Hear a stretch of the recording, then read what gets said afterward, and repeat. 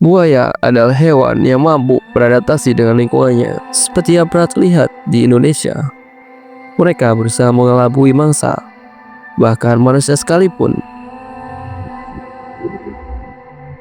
Mereka seperti mempelajari bagaimana cara manusia menolong sesama manusia. Mereka mengeluarkan tangannya seolah-olah sedang tenggelam.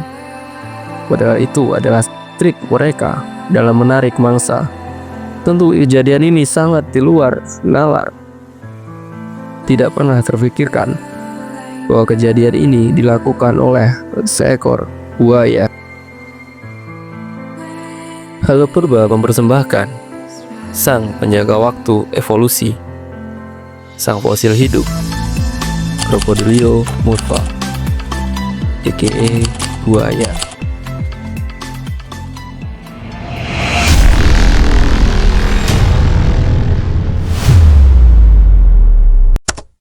Sarcosuchus adalah salah satu predator puncak prasejarah yang mengesankan dan sering disebut sebagai Raja Buaya dari masa lalu.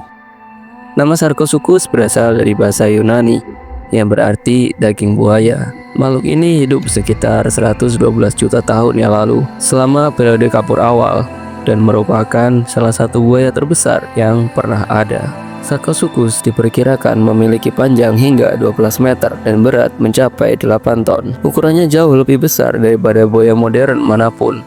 Sebagai perbandingan, buaya air asin modern yang merupakan buaya terbesar saat ini hanya mencapai panjang hingga 6-7 meter. Sarcosuchus memiliki moncong yang panjang dan lebar dengan bentuk yang sedikit melebar di ujungnya.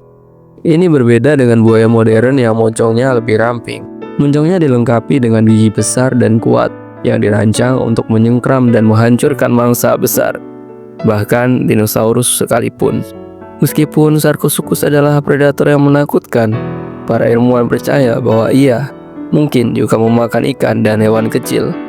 Selain mangsa besar seperti dinosaurus, rahangnya yang kuat memungkinkannya untuk menggigit dengan kekuatan yang luar biasa, membuatnya menjadi predator yang sangat efisien. Sarcosuchus hidup di lingkungan sungai dan rawa-rawa di wilayah yang sekarang menjadi Afrika. Fosilnya ditemukan di daerah yang dulunya merupakan wilayah tropis dengan banyak sumber air. Fosil Sarcosuchus pertama kali ditemukan pada tahun 1960-an oleh paleontolog Prancis Albert Felix de Lapperren di Gurun Sahara, Niger.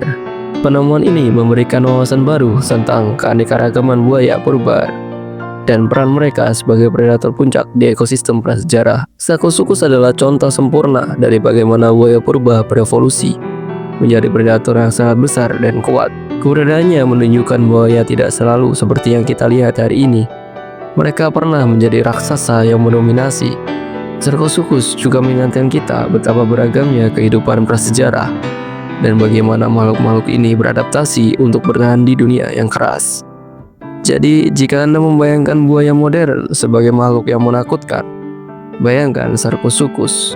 Meskipun Sarcosuchus termasuk dalam kelompok buaya Crocodilo murpha, ia bukanlah nenek moyang langsung buaya modern.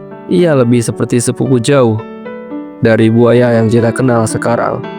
Salah satu perbedaan utamanya tentu dari ukurannya yang lebih besar dan struktur moncongnya yang berbeda. Buaya modern justru lebih dekat dengan burung. Iya, burung. Nenek moyang buaya modern berasal dari kelompok reptil purba yang disebut Archosaurida, yang juga merupakan nenek moyang bersama bagi dinosaurus, burung, dan Pterosaurus, reptil terbang. Secara khusus, buaya modern dan kerabatnya lebih dekat dan berevolusi dari kelompok Pseudosauria, yang merupakan cabang dari Archosaurida. Archosaurida muncul pada periode Perm akhir sekitar 280 juta tahun yang lalu dan menjadi kelompok dominan selama periode Triasik. Mereka terbagi menjadi dua cabang utama, Avemetasalia yang mengarah ke dinosaurus, burung, dan Pterosaurus, dan Pseudosauria yang mengarah ke buaya dan kerabatnya. Pseudosauria adalah kelompok reptil yang beragam selama periode Triasik. Mereka termasuk makhluk seperti Allosaurus, Raususia, dan Ornithosuchidae. Beberapa Pseudosauria adalah predator darat yang besar, sementara yang lain berevolusi untuk hidup di air.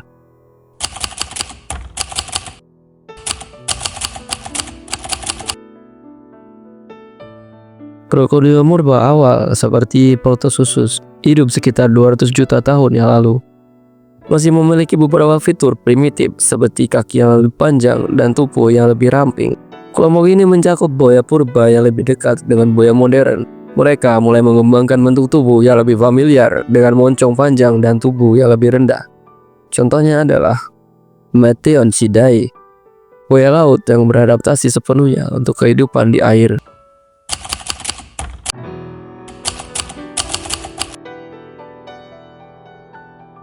Neososia adalah kelompok yang mencakup buaya modern dari kerabat dekatnya.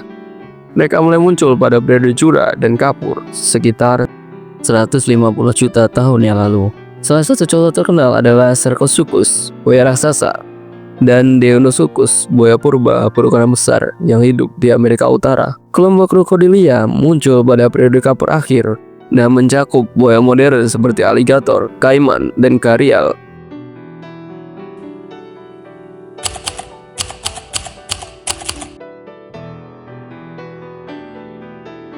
Buaya modern revolusi sekitar 55 juta tahun yang lalu dan telah bertahan hampir tidak berubah sejak saat itu. Apa yang menyebabkan buaya bertahan hingga ia seperti tidak berevolusi sama sekali? Tentu bentuk tubuh yang efisien. Buaya memiliki tubuh yang rendah, moncong panjang, dan ekor kuat yang membuatnya mereka ahli dalam berenang dan menyergap mangsa. Lalu metabolisme yang fleksibel. Mereka dapat bertahan tanpa makanan untuk waktu yang lama dan mengatur suhu tubuh dengan berjemur. Kekuatan gigi yang luar biasa. Rahang buaya dirancang untuk menyengkram dan menghancurkan mangsa dengan mudah. Nenek moyang buaya modern adalah bagian dari kelompok reptil purba yang sangat sukses dalam beradaptasi dengan berbagai lingkungan, dari predator darat di periode Triasik hingga penguasa sungai dan rawa di era modern. Buaya telah melalui perjalanan evolusi yang sangat panjang. Mereka adalah bukti hidup dari keberhasilan desain alam yang bertahan selama jutaan tahun, dan kita menyebutnya sang penjaga waktu evolusi.